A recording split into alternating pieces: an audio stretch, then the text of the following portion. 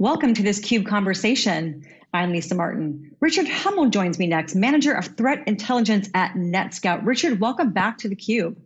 Thanks, Lisa. It's nice to be back. Thank you for having me. We have a lot to talk about in the next 15 to 20 minutes. We're going to be talking about the NETSCOUT Threat Intelligence Report. The report covers the first half of 2021, January 1 to June 30th. Unprecedented events of 2020, Richard, spilling into 2021. How have the events of 2020 impacted the threat landscape? What are you seeing? I would say that it's significantly impacted it. The COVID pandemic and all that happened with remote work and education moving to remote, all of that had a hand in kind of exponentially increasing the threat landscape that adversaries have at their disposal to compromise unknowing victims, to launch attacks. There's so much more that adversaries are able to really hook into. I mean, just in the first half of 2021, we saw almost 5.4 million DDoS attacks. And if you go back to last year, we broke a record at 10 million, just over 10 million, and we're well on track to hit 11 million at the end of this year. So you can see how it's impacted. And even as much as some things are starting to tail off or taper off a little bit, as things start to get back to normal, we start to resume travel, we resume going to the office. There's still that tail end, and we're still seeing this kind of heightened attack landscape. And there's lots of different phenomena that's happening as a result, which we'll talk about throughout this interview. Yeah, we'll dissect that. You said on pace for a record-breaking 11 million DDoS attacks by the end of 2021. One of the things I want to talk about is speed. I noticed in the report that 7 attack vectors in 7 months, which means that threat actors exploited or weaponized at least seven of the new DDoS vectors in just 7 months' time. Why is that significant? I'll even raise the ante a little bit. Just after the threat report, there's an 8th vector. And so this is the nature that we're in. This is really the age of innovation. And we've been in kind of an innovative space in the cybercrime world for a couple of years now, where we continue to see this I guess domino effect, for lack of a better way of describing it, where it's just one after the next. And then you add in this compounding thing where you have more devices than ever before connected to the internet. And now you have all that much more exposure for these things to take advantage of you.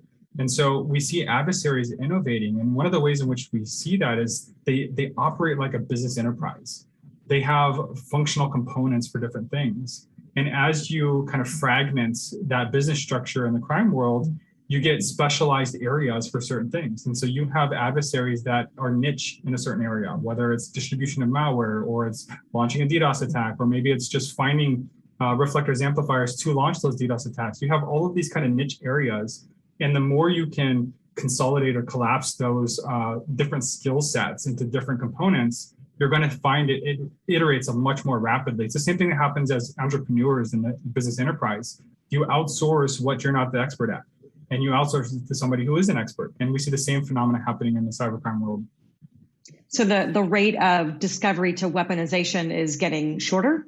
Super fast. And we've seen things weaponized as short as 1 to 2 days from the time of proof of concept comes online to when an adversary adopts this into their tools or their toolkits. And so most often the way we see this adopted is maybe a bot picks it up. So you have like your Mirai, your Satori, your Daphne, all these different IoT related bots out there that have capabilities. But then you also have these platforms called booter stressors. And adversaries just continue to add vectors there. There's no reason to remove them because they're still effective. And so we see this continual add of new ways to compromise or new ways to attack somebody that just always goes up and to the right. Up and to the right, in some cases can be good. In this case, it's obviously it's a sign of distrust. One of the things that the report showed, Richard, was the development of adaptive DDoS. Just the name adaptive leads me to think of evasive tactics, these threat actors are employing. Talk to us about adaptive DDoS and what the report showed for the first half of 2021. Sure. So the biggest thing we saw with adaptive DDoS, and I have to preface this by one of the changes that we saw over the first half of 2021. Going into the first half of the year, DNS reflection amplification was kind of the predominant preferred method by adversaries. There's so many DNS servers out there, so it's something they're able to do. Well, we saw a different type of attack called TCP ACK floods actually surpass that. And TCP ACK floods are a little bit different because it uses a different internet protocol. And what's significant about TCP-based connections is it's connection-oriented. So it requires what we would call a three-way handshake. So there's packets going to the target, they're coming back to the adversary, they're going to the target. And in most cases, there's spoofing of IP addresses, so it never really goes to the actual adversary, but somebody else, right? And so it's much more process intensive or network intensive. And so you can basically launch these TCP floods, these SYN attacks, these ACK floods, whatever they might be. And you're creating a bunch of different connections on that targeted entity.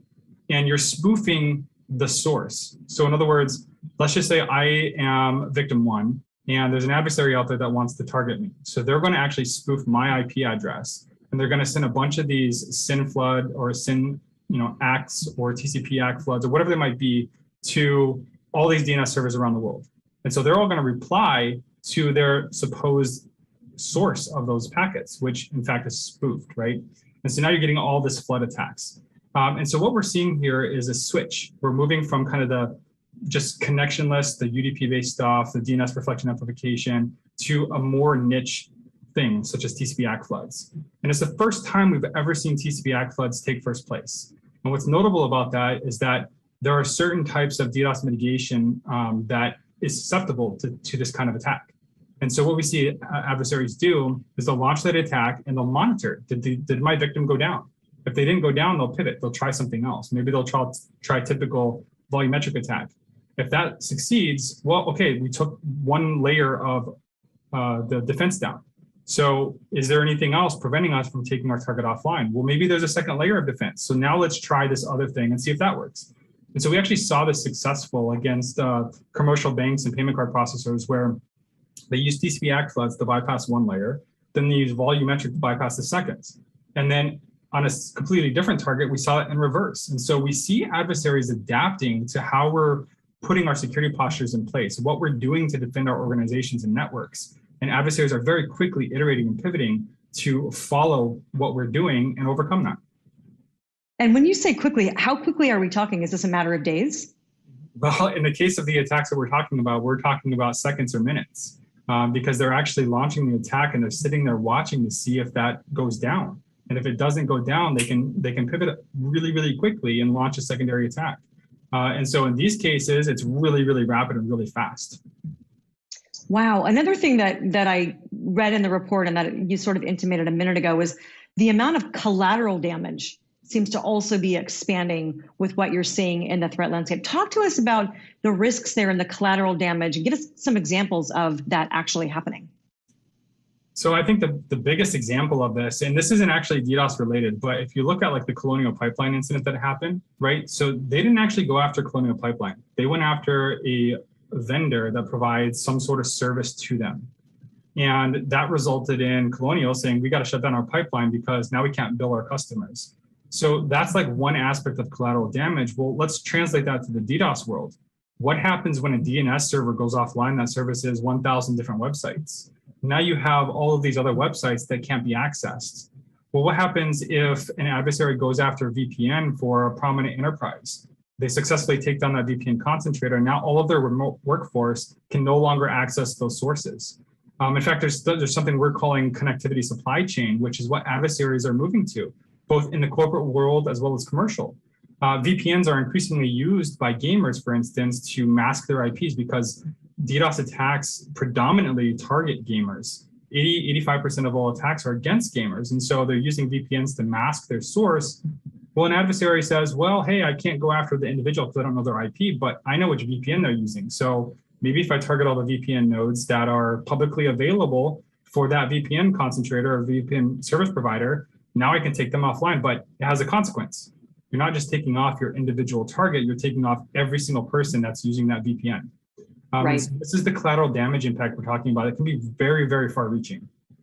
You mentioned the connectivity supply chain. Let's go ahead and dissect that because that was something else that the report showed was that there was vital components of what NETSCOUT calls the connectivity supply chain, which you'll define, are under increasing attack. Define the connectivity supply chain and tell us what the report is showing. So supply chain comes in many forms and fashion. You have your physical supply chain, you have your vendors that provide software, you have actual movers like such as semis and trains, and you have pipelines to get crude oil to places. All of these things are supply chain, but what's the underlying foundation behind these? How do all of these operate? And more in today's day and age, you rely on internet connectivity. You rely on that backbone to be able to operate your systems across a remote space, whether that's internationally or if it's different countries, if it's just different states. You have to have some way of connecting all those things. And we're not often doing things physically in person there, right? We do this by remote access. We do this by having certain websites or controllers. And all of these things rely on a few critical things that if you were to take them offline, it would prevent you from doing this kind of management. So DNS servers, VPNs, I already talked about, whether it's commercial or corporate to access your company's assets. And then you have internet exchanges. If any one of these things went down from a DDoS attack, you're talking about massive collateral damage. And so what we're calling the connectivity supply chain is really just that. What connects all of us together? That's the internet and what makes the internet tick. And here at NETSCOUT, we call ourselves guardians of the connected world. And though that might seem a little bit, weird to say it that way, it's absolutely true, because our primary goal here at NETSCOUT is to make sure that organizations maintain that connection that allows them to really just live, breathe, survive, do their business. Without that, you can't conduct business. Right. And we saw that the rapid pivot last year, and so many businesses and every industry had to rapidly pivot and shift to digital. But the risks, as the innovation of technology for use for good continues, so does its innovation and use for adversarial things. Another thing the report showed, triple extortion. Talk about that, what you saw. What does that mean for businesses? So the triple extortion is three-pronged attack. And everybody here is going to know exactly what I'm talking about when I say ransomware, because ransomware is the biggest threat to the cyber world, really not even just the cyber world, just anybody that has a computer or a device or anything, right? Whether it's a business, it's a user, it's a school, hospitals, everybody is at risk for this. And adversaries see the success that ransomware is having, and more operators get involved in this. Well, what we're seeing here is that they're not satisfied with just encrypting your files and getting a one-time payment. No. They got to take it a step further. And in fact, the double extortion has been ongoing since as far back as 2013, when a popular Game Over Zeus variant was distributing CryptoLocker ransomware. And so you have like your initial compromise and data theft and wire transfers of bank stuff followed by ransomware. I already stole all your money from your bank, and now you're going to pay me a ransomware to decrypt your files. Well, let's move forward to today's day and age. And over the past year, one of the things we've seen is that adversaries are now adding a third tactic to this, the DDoS. And so they will encrypt your files. They'll demand, hey, you're going to pay us this amount of Bitcoin in order to decrypt your files. But we're already in your system, so let's just steal your data. And then after you pay us for the decryption, we're going to hold your data hostage until you pay us again. Or maybe we're going to use that data as a lever to get you to pay that initial ransomware. Well, that's still not enough, because more and more security researchers like myself say don't pay. And I'm saying that right here, plain English, do not pay the ransomware, because it has detrimental effects. You don't even know if they're going to decrypt your files, and you don't know if they're going to come back. Maybe you pay them, they never send you a decryption key. You pay them, and lo and behold, they're part of some terrorist organization. And so now you're actually complicit in funding these guys. And the more success that these ransomware operators have, the more they're going to do it. And so it has a lot of really negative consequences. Well, let's add another lever. Let's add DDoS to this. So it's not enough we encrypted your files. It's not enough we stole your data. Let's knock your network offline. So now you have no recourse whatsoever except to pay us in order to resume services. And we're seeing at least 4 or 5 different ransomware groups or gangs actually use this triple extortion to go after their victims. And so it's something that we expect to see down the road, and more operators continue to kind of adopt this. Yeah, the report showed that there was a ransomware group that in the first half of 2021 alone netted $100 million. So ransomware as a service, this is a big business. You say don't pay. What can organizations do to defend themselves against triple extortion, even single or double? Yeah, so I mean, the thing is preparation is key for a lot of this, and not just for the ransomware piece or triple extortion, but DDoS in general. Preparation goes a long way to mitigating this potential threat. And one of the things we like to say here is that 80% of the things you can do to defend against ransomware also works for defending against DDoS. And the key word here is preparation, making sure that you've done your initial observations of your network. You understand what is in your network, every device. not just like your core critical systems, because there could be that IoT device sitting there on the fringe somewhere that has, for whatever reason, access to a system that, if encrypted, would cause detrimental harm to your company.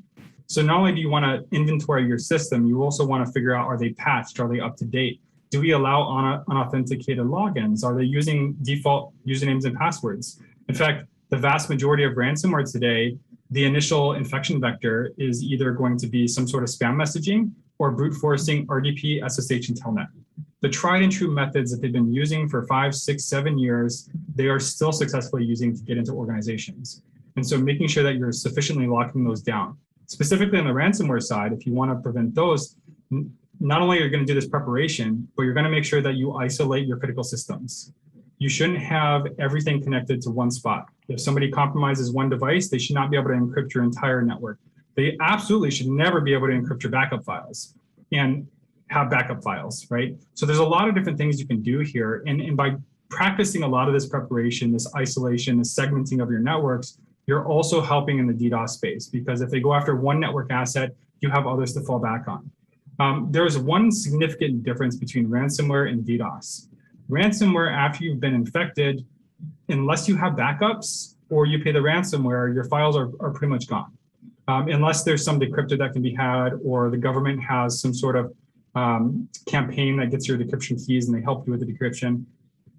So in those cases, if you get encrypted, there's often not a whole lot of recourse unless you have prepared ahead of time. With DDoS, however, the vast majority, 99% of all DDoS attacks can be prevented if you have a mitigation and protection solution in place.